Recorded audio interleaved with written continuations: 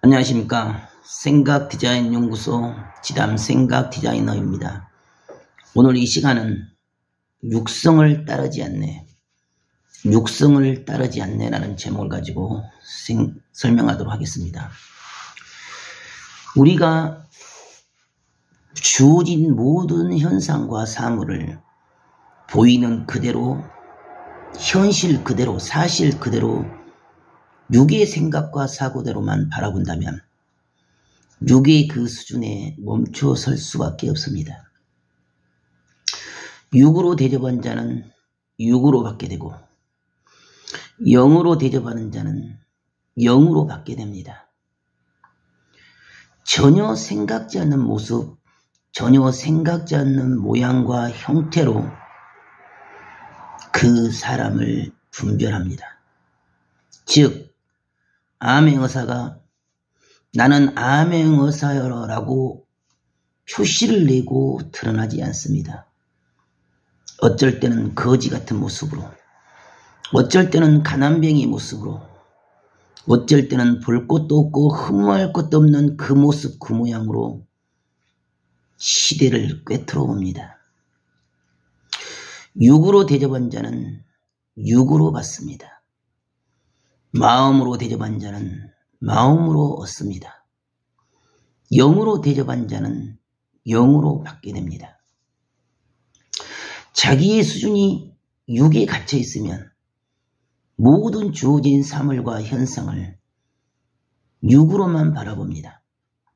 자기가 알고 있는 지식, 그 생각, 고정관념, 성격대로만 바라보기 때문에 그 수준에 매이고 갇힌 그대로 스스로가 스스로를 사망에 이르게 합니다.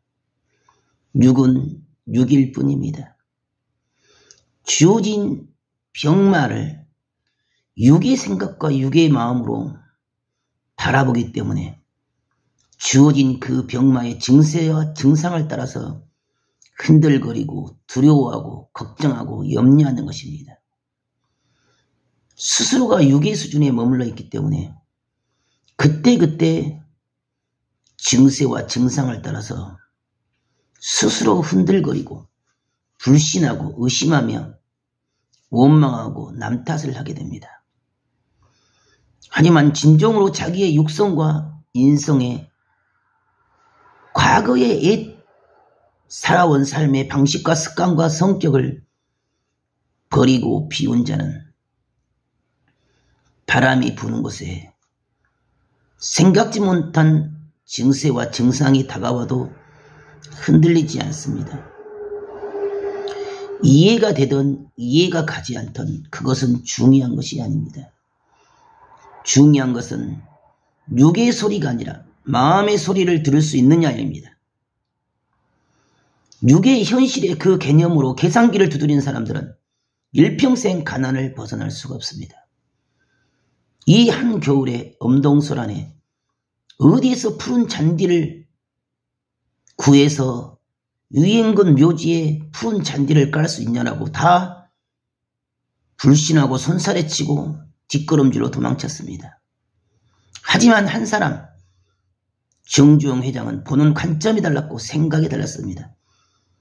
문자 그대로의 사실에 현실에 매이고 갇힌 것이 아니라 육성과 인성에 지금 주어진 현장에 현실에 구속되지 않았습니다.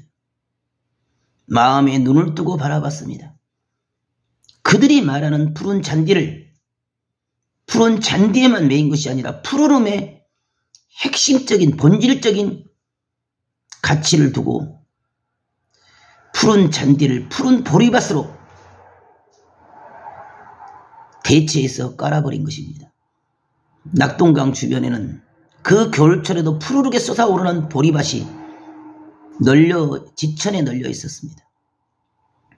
똑같은 사물과 똑같은 현실과 똑같은 위기 속에서 똑같이 듣고 똑같이 들었으며 보았고 바라보았지만 아무도 푸른 잔디를 푸른 보리밭으로 대체할 생각을 못했습니다. 육의 생각과 사고가 아무리 옳다 해도 육의 생각과 사고는 사망입니다. 육성과 인성으로 지금 당장만을 바라보고 계산기를 두들깁니다. 이 병원이 좋을까? 저 의사가 좋을까? 이 병원에 먼저 갔다면 내가 치유를 받았을 거라고 착각을 합니다. 이 병원 저 병원이든 아무 병원도 중요하지 않습니다. 근본과 본질은 병의 원인이 되어진 내 삶을, 내 성격을, 내 삶의 체질과 습성을 뒤바꾸어 놓는 것입니다. 내가 이미 바뀌었고 내가 이미 변화됐으며 내가 이미 치유된 것을 믿는데 지금 당장 옳고 그름이 무슨 의미가 있고 니 탓 남 탓 이 병원 저 병원이 무슨 의미가 있습니까? 그 어떤 병원을 가도 처리 방식은 똑같습니다. 전통적인 의학에 기초한 수술과 항암과 방사선, 그 어떤 병원을 찾아가도 암을 치유하지 못합니다. 단지 암을 억제할 뿐이요, 약간의 시간만 벌어줍니다. 하지만 그 약간의 시간을 벌어준 것 때문에 겪어야 할 부작용과 고통과 진통과 사람 같지 않는 삶을 살 수밖에 없는 환자의 삶으로 생을 마감할 수밖에 없습니다. 중요한 것은 병원도 의사도 아닙니다. 바로 자기 자신입니다. 내가 바뀌고 내가 변화되지 못했는데 남 탓을 하고 남을 원망한들 무슨 소용이 있습니까?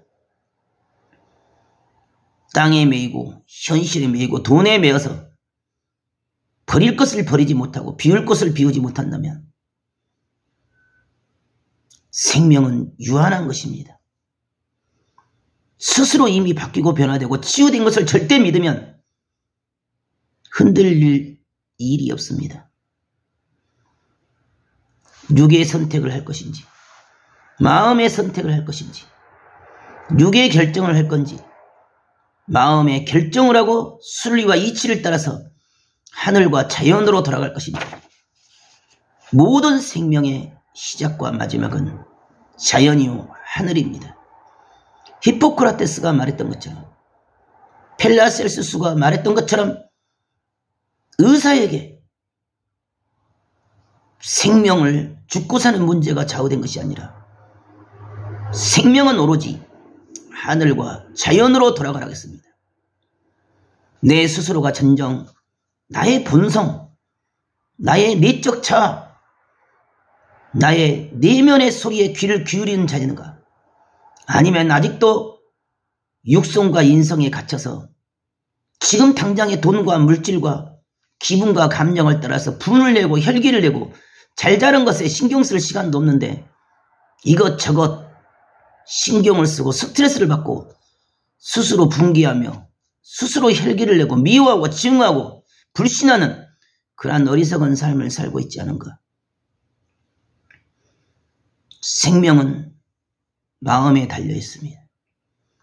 생명은 그 어떤 누구도 결정 지을 수가 없습니다. 오직 자기 자신이, 자기 자신의 그 생각과 사고와 그 마음이 죽고 사는 문제를 좌우합니다.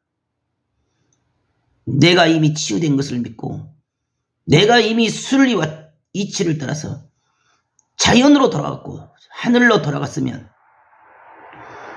지금 당장 불어닥치는 삶의 고통과 고난과 그 어떤 증세와 증상은 아무런 문제가 되지 않습니다. 바꾼 그대로 가면 됩니다. 믿는 그대로 행하면 됩니다. 옳고 그름을 다툴 필요도 없습니다. 세상 모든 자들이 아니다 해도 문둥병자 나아만 장군은 그 시대의 불치병인 그 문둥병을 세상에 잘났다는 모든 병원과 의사를 통해서 좋은 약과 명약을 갖다 먹었어도 문둥병을 치유할 수가 없었습니다. 볼 것도 없고 흠모할 것도 없는 자기가 평소에 무시했던 계집종을 통해서 선지자 엘리사의 소리를 듣게 되고 그 소리를 들은 순간 마음에서 그 사람이 나의 병을 치유할 사람이라고 마음에 울림이 있었기 때문에 주변의 모든 사람들이 만류를 해도 의학과 현실을 떠나서 육성과 인성을 떠나서 마음의 그 소리에, 영혼의 소리에, 내면의 소리에 귀 기울여 결국 엘리사를 찾아갔습니다. 자기가 원하고 바라는 대로 자기를 대접해주고 자기를 마중화 줄 걸로 생각했지만 문 밖에도 나오지 않고 몸종 게하시에게 더럽고 꾸중물인 요단강에서 7번 몸을 담그라고만 명을 합니다. 현실로 지금 당장으로 계산하면 자존심도 상하고 정말 그 말대로 하면 부끄러움과 쑥스러움을 당하는데 과연 치유될 것인가를 불신하고 의심할 수밖에 없습니다. 하지만 그럼에도 불구하고 마음의 소리, 영혼의 소리를 따라 기필코 부끄러움과 쑥스러움을 무시하고 끝까지 순종의 길을 따르니 끝까지 7번을 담그니 문두병이 저절로 치유됐습니다. 인생사 그 모든 병마와 삶의 문제 또한 지금 당장과 육성과 인성으로 주어진 사실과 현실로만 따진다면 아무것도 해낼 수가 없고 벗어날 수가 없습니다. 세상이 뭐라 하든 말든 정해진 그 뜻을 향하여 그 믿음의 중심을 굳건히 하고 오직 하늘을 향해 머리를 여는 귀하고 소중한 하루가 되길 바라겠습니다. 감사합니다.